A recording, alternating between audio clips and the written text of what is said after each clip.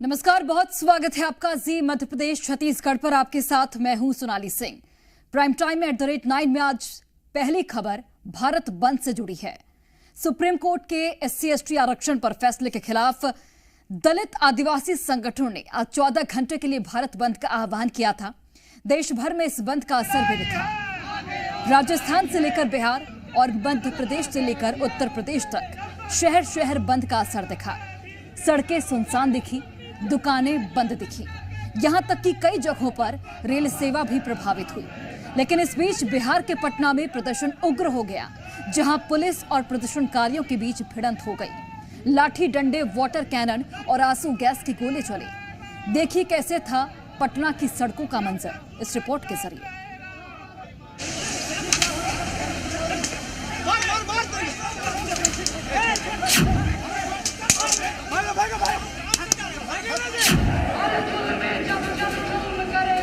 यह है बिहार की राजधानी पटना का डाक बंगला चौराहा, जहां बुधवार सुबह भारत बंद के दौरान महाभारत देखने को मिला। पटना का डाक बंगला चौराहा कुरुक्षेत्र बन गया था, जहां पुलिस और प्रदर्शनकारी आपस में भिड़ गए।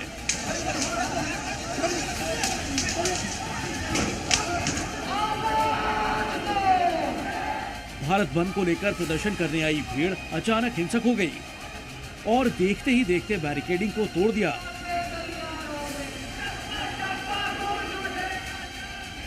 लेकिन इसके बाद शुरू हुआ पुलिस का एक्शन।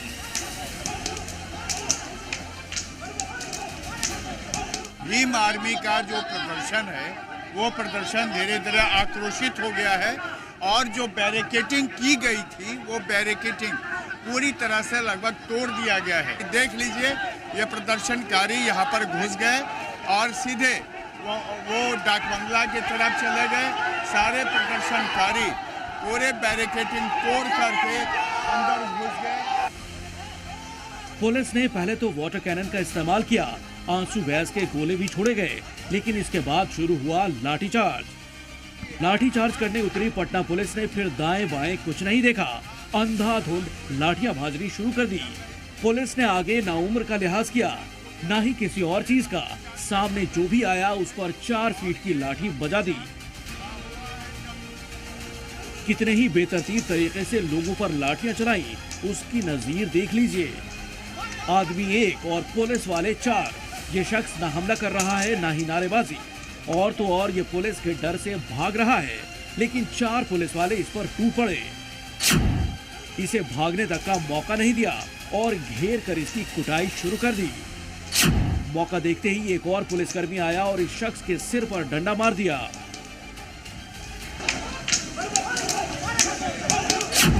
अब आगे की कार्रवाई देखिए। एक और शख्स पुलिस वालों की लाठी से बचता हुआ चला जा रहा है, लेकिन दूसरे पुलिस वाले ने इसे रोककर इस पर लाठियां बरसा दी।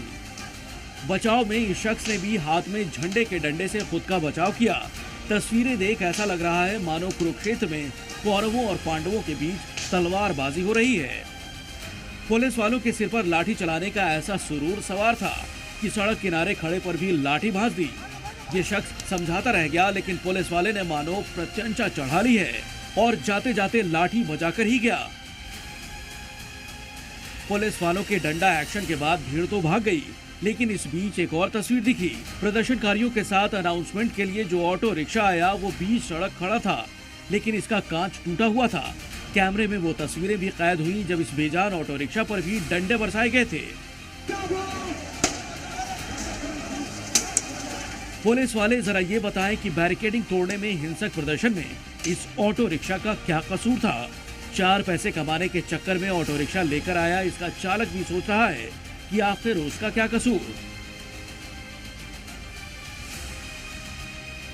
लाठी चार्ज के दौरान गाड़ी के शीशे तोड़ दिए गए और ये भाई इधर आइए, आपकी गाड़ी है ये, किसने तोड़ा इसको? ये तो मारा पब्लिक में मारा, क्या नहीं, प्रशासन थे, पब्लिक थे।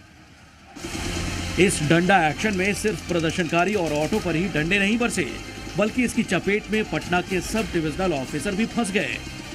देखिए, जब ऑटो रिक्शा और उसके चालक पर डंडे बरसाए जा रहे थे, तब बीच बचाव में SDM साहब भी आए और एक डंडा उन पर भी गिरा। इसी से समझ लीजिए कि पुलिस वालों के सामने जो आया उस पर डंडा भांज दिया। देखने और समझने की कोशिश तक नहीं की कि सामने कौन खड़ा है, क्यों खड़ा है। आपको भी चोटें लगी हैं? हाँ, चोट लगी है, लाठी लगी है। आपको भी लाठी मारा है लोगों ने? भारत बंद देश भर में था, इसका असर भी देश भर में दिखा, लेकिन लाठी डंडे सिर्फ और सिर्फ पटना में ही चले। पुलिस के साथ भी नोकझोंक की, हम लोग अंत तक कोशिश करते रहे कि उनको रोकने की, लेकिन उनके द्वारा बैरिकेडिंग तोड़ के आगे बढ़ने की कोशिश जब की तब हम लोगों ने खदेड़ दिया। लेकिन सर ये पूरे देश में प्रदर्शन हो रहे हैं, लेकिन लाठी सिर्फ पटना में चल रही है। नहीं, अब उसके बारे में तो हम नहीं, लाठी हम खदेड़ दिए हैं, बस लाठीचार्ज ऐसा नहीं हुआ है। जब अधिकारियों से सवाल पूछा गया कि लाठीचार्ज क्यों किया गया, लोगों को क्यों पीटा गया, तो जवाब सुनिए क्या दिया गया। हल्का बल का प्रयोग हुआ, हल्का बल का प्रयोग है, लेकिन ताबड़तोड़ जो आपने लाठियां चलाई, वाटर कैनन चला, वाटर कैनन भी हल्का चला और हल्का बल का प्रयोग करके। कितने लोग घायल हुए इसमें? इसमें घायल उधर से एक आदमी में नहीं है, बल्कि प्रशासन की तरफ से एक आदमी को चोट लगा। जरा इमेज खान साहब ये तस्वीरें देख लीजिए। अब प्रत्यक्ष को प्रमाण की क्या ही जरूरत। क्या आप इसे हल्का बल प्रयोग कहते हैं? जहां प्रदर्शनकारियों को घेर घेर कर पीटा जाता है, क्या उसे हल्का बल प्रयोग कहते हैं? प्रदर्शनकारी को जमीन पर गिरा गिराकर उसके सिर पर लाठी मारी जाती है, क्या इसे हल्का बल प्रयोग कहते हैं? खैर, बल प्रयोग क्यों किया गया, कितना किया गया, इसे लेकर इनकी अपनी दलील हो सकती है, लेकिन तस्वीरें अपनी गवाही खुद दे रही हैं। प्रशांत झा, पटना, जी मीडिया।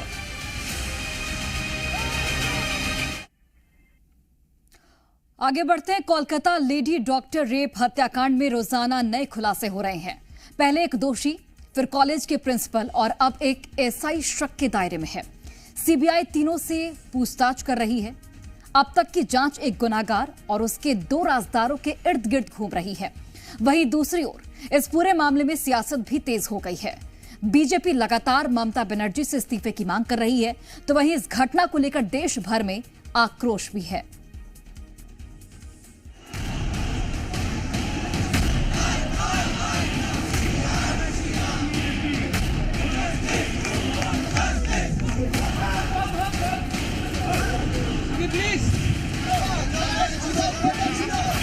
कोलकाता कांड की पूरी मिस्ट्री, रेप और मर्डर को लेकर सवालों की थ्योरी, डॉक्टर बेटी को इंसाफ के लिए उठती आवाज और सिस्टम को लेकर उठ रहे सवाल, इन सब का जवाब इन्हीं 3 किरदार के इर्द गिर्द घूम रहा है, जिसमें एक गुनहगार है और 2 राजदार। और अब इन्हीं 3 किरदारों की मदद से कोलकाता केस के पूरे सच को सामने लाने की कोशिश की जा रही है। कोलकाता कांड की जांच सीबीआई कर रही है। हैरानी की बात है कि पहले कॉलेज का पूर्व प्रिंसिपल और अब बंगाल पुलिस का एक एएसआई अरूप दत्ता शक के घेरे में है। कोलकाता रेप केस में एएसआई अरूप दत्ता से सीबीआई ने करीब 8 घंटे तक पूछताछ की। एएसआई दत्ता के मुख्य आरोपी संजय रॉय से कनेक्शन भी सामने आए हैं। संजय रॉय को 2019 में आपदा प्रबंधन समूह के लिए सिविल वॉलंटियर के रूप में भर्ती किया गया था, लेकिन उसने वहां कभी काम नहीं किया, बल्कि कोलकाता पुलिस वेलफेयर बोर्ड के लिए काम करने लगा। इससे पहले सीबीआई ने उस पुलिस बैरक की फॉरेंसिक जांच की, जहां संजय राय ने वारदात के बाद रात गुजारी थी। जानकारी के मुताबिक सीबीआई फिलहाल एएसआई अरूप दत्ता के बयानों की जांच कर रही है और जल्द ही एएसआई को दोबारा पूछताछ के लिए बुलाया जा सकता है।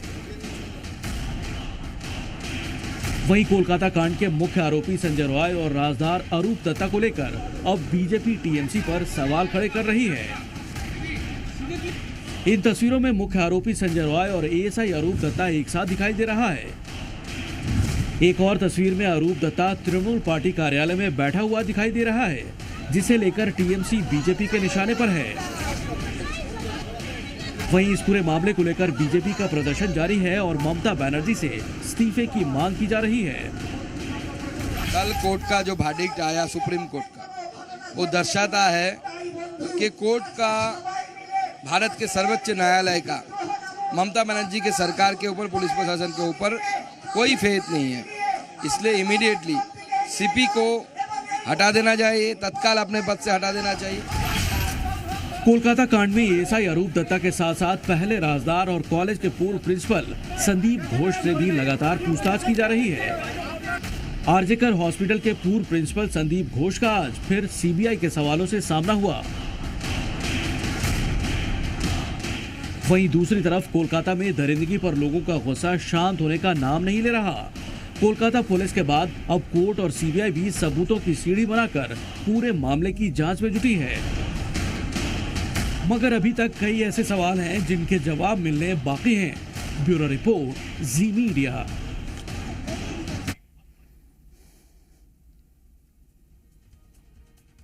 और चलिए अगली खबर महाराष्ट्र से आई है, जहां अकोला बदलापुर हाईवे पर ऐसा हाई हिटिंग ड्रामा चला कि सड़क से गुजरने वाले लोगों में हड़कंप मच गया। काली एसयूवी में सवार एक शख्स ने पहले तो दूसरे एसयूवी वाले से बहस की और फिर जोरदार टक्कर मार दी। इस घटना में 5 लोगों की जान आफत में आ गई। मगर इस पूरे प्रकरण में एक पेच भी था, जिसका खुलासा जी मीडिया की इन्वेस्टिगेशन में हुआ है। क्या है पूरा मामला, देखिए बदलापुर से हमारी स्पेशल रिपोर्ट।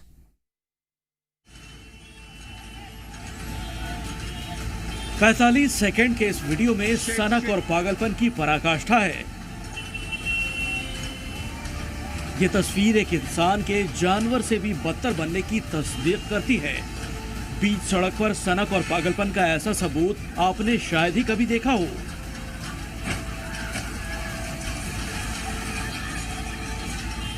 भीड़ भाड़ से भरी सड़क पर काले एसयूवी में सवार एक सनकी ने जो तांडव मचाया, उसकी वजह से 5 लोगों की जिंदगी दांव पर लगी है।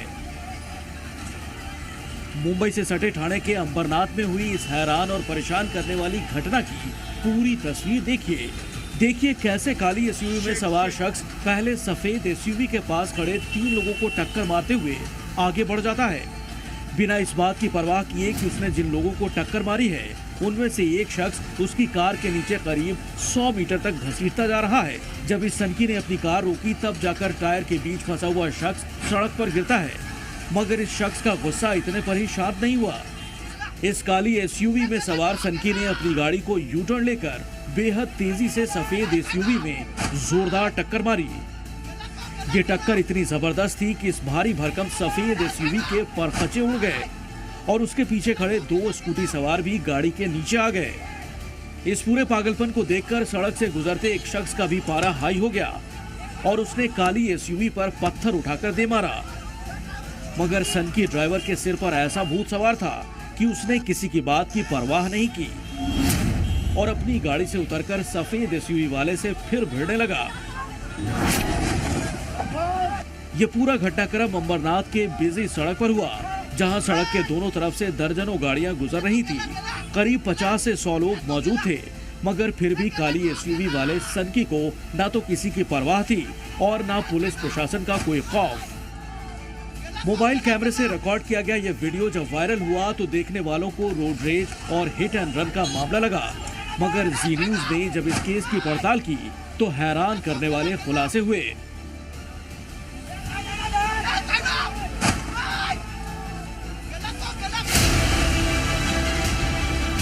पता चला कि जिस घटना को रोड रेज समझा जा रहा था वो ब्रूटल फैमिली ड्रामा था और दोनों ही गाड़ियों में एक ही परिवार के लोग थे। काली एसयूवी में बेटा सवार था, जबकि सफेद एसयूवी में उसी के पिता, मां, पत्नी और बच्चे थे। पुलिस सूत्रों के मुताबिक काली एसयूवी से टक्कर मारने वाले का नाम सतीश शर्मा है, जबकि सफेद एसयूवी सतीश के पिता बिंदेश्वर शर्मा की है।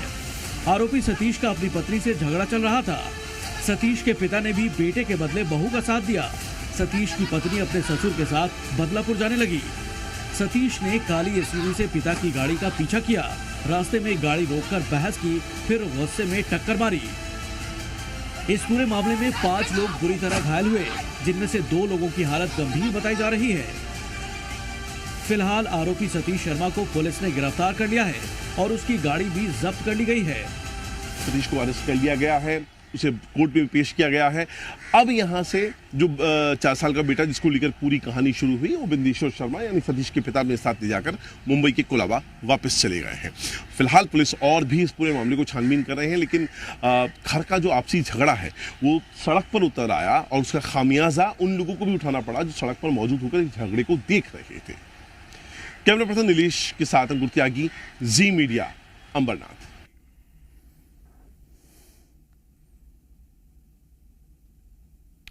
और चलिए आगे बढ़ते हैं, कन्नौज कांड की बात करते हैं। कन्नौज कांड में हफ्ते भर बाद यूपी पुलिस को बड़ी सफलता मिली है। आरोपी नवाब यादव और पीड़िता के बीच की कड़ी मिस्ट्री बुआ अब पुलिस की गिरफ्त में है। पुलिस का हंटर चलते ही बुआ ने नवाब के कई रंगीन राज खोले हैं। जैसे जैसे जांच का दायरा बढ़ेगा, नवाब के सियासी रसूख का भी पोस्टमार्टम होगा, जो पीड़िता को इंसाफ की दहलीज तक पहुंचाएगा। देखिए रिपोर्ट।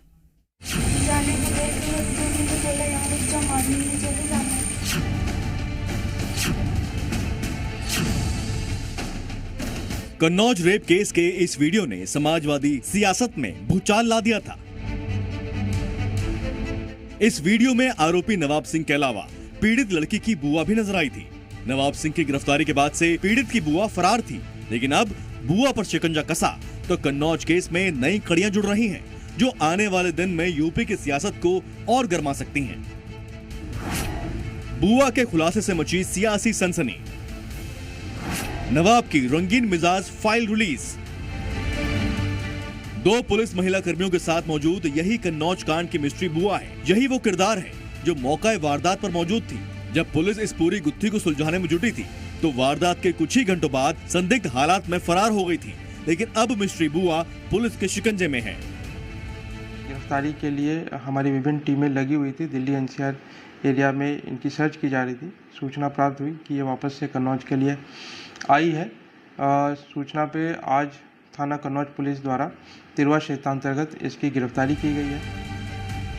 अब पुलिस बुआ से कन्नौज कांड से जुड़े अनसुलझे सवालों के जवाब तलाश रही है। पहले राउंड में बुआ से 12 अगस्त की वारदात वाली रात के बारे में पूछताछ की गई। बुआ ने आरोपी नवाब सिंह यादव के बारे में कई बड़े खुलासे किए, जिसमें समाजवादी पार्टी के पूर्व नेता नवाब यादव के रंगीन मिजाजी की फाइलें सामने आ गई। ये अभियुक्ता ने पूछताछ में बताया है कि ये नवाब सिंह यादव को पिछले 5-6 सालों से जानती थी। इनके फिजिकल रिलेशंस भी रहे। 11 अगस्त को नवाब सिंह यादव ने इनको फ़ोन करके बुलाया था। तब इसने बताया था कि ये लखनऊ में है और इनके साथ इनके भतीजी। तब भी इनको बुलाया गया। ये रात्रि में नवाब सिंह यादव के कॉलेज पहुंचे थे, जहां पे ये दुष्कर्म की घटना हुई। 5-6 साल से नवाब सिंह के पीड़िता की बुआ के साथ अवैध संबंध थे। वही अवैध संबंध तो नाबालिग पीड़िता के साथ दोहराने की कोशिश में था, लेकिन पीड़िता ने सूझबूझ से पुलिस को फोन कर दिया और नवाब सिंह के काले कारनामों की वीडियो गवाही सामने आ गई। पीड़िता ने पुलिस को बताया कि बयान से पलटने के लिए नवाब सिंह के घर वालों की तरफ से बाकायदा पैसा भी ऑफर किया गया है। इस पूरी घटना में आरोपी नवाब सिंह के साथ साथ पीड़िता की बुआ की भूमिका भी पहले दिन से ही संदिग्ध लग रही थी। रिपोर्ट्स के मुताबिक जब नवाब सिंह यादव नाबालिग के साथ रेप की कोशिश कर रहा था, तब पीड़िता ने मदद के लिए आवाज लगाई थी, लेकिन बुआ ने फिर भी नवाब की हरकतों का विरोध नहीं किया। पुलिस जब पीड़िता का मेडिकल करा रही थी तो उसमें भी सहयोग नहीं कर रही थी। यहाँ तक कि बुआ ने पीड़िता के घर वालों को भी घटना के बारे में नहीं बताया था। कन्नौज में रिश्तों को शर्मसार करने वाली बुआ अब पुलिस के गिरफ्त में है और आपको बता दें कि नवाब के रंगीन चैप्टर को खोल रही है बुआ। इसके साथ ही तमाम राज जो नवाब से जुड़े हुए हैं उसके बारे में पुलिस को जानकारी भी दे रही है। आपको बताएं कि जिस तरह से बुआ की गिरफ्तारी हुई, अब उसके बाद नवाब से जुड़े हुए कई तथ्य सामने आने वाले हैं।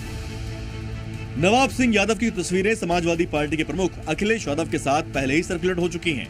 वो कन्नौज में डिंपल यादव का स्थानीय सांसद प्रतिनिधि रह चुका है और समाजवादी पार्टी में उसकी सियासी हैसियत का अंदाजा भी स्थानीय लोगों की जुबान पर है और इसीलिए सीएम योगी नवाब सिंह के जरिए अखिलेश को कटघरे में खड़ा कर रहे हैं। बहनों और भाइयों, ये पीडीए का वास्तविक चरित्र है और इसका वास्तविक चरित्र देखना है तो अयोध्या में एक निषाद बालिका के साथ जो घटना घटित हुई, कन्नौज में जो घटना घटित हुई, लखनऊ में जो कुछ घटित हुआ, यही इनका वास्तविक चरित्र है। हालांकि समाजवादी पार्टी नवाब सिंह यादव से किनारा करने की कोशिश कर रही है, उसकी बर्खास्तगी के लेटर दिखा रही है, लेकिन समाजवादी पार्टी की साइकिल से नवाब के काले कारनामों के दाग नहीं साफ हो रहे हैं। क्या अयोध्या से लेकर कन्नौज की घटनाएं अखिलेश के पीडीए को डिरेल कर देंगी? क्योंकि एक जगह आरोपी पिछड़ा और एक जगह मुस्लिम है, जबकि पीड़िता दलित है। प्रणय श्रीवास्तव, जी मीडिया, कन्नौज। और चलिए अब आपको दिखाते हैं 3 मिनट में 30 बड़ी खबरें।